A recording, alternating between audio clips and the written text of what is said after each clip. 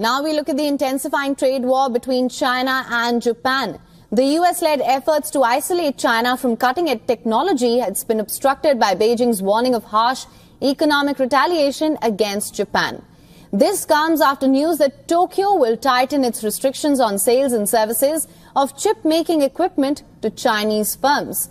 A Bloomberg report which quotes sources showed Chinese officials pressured Japan not to align with Biden's push for Tokyo to align with new US rules.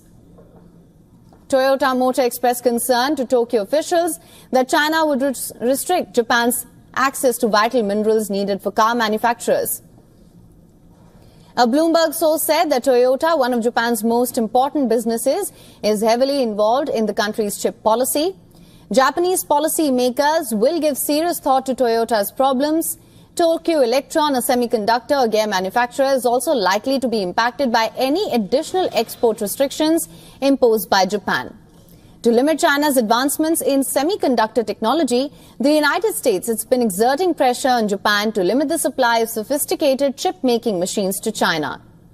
Senior US officials and their Japanese counterparts, they've been meeting to figure out how to keep crucial mineral supply stable, especially as China imports export limits on gallium, germanium and graphite last year.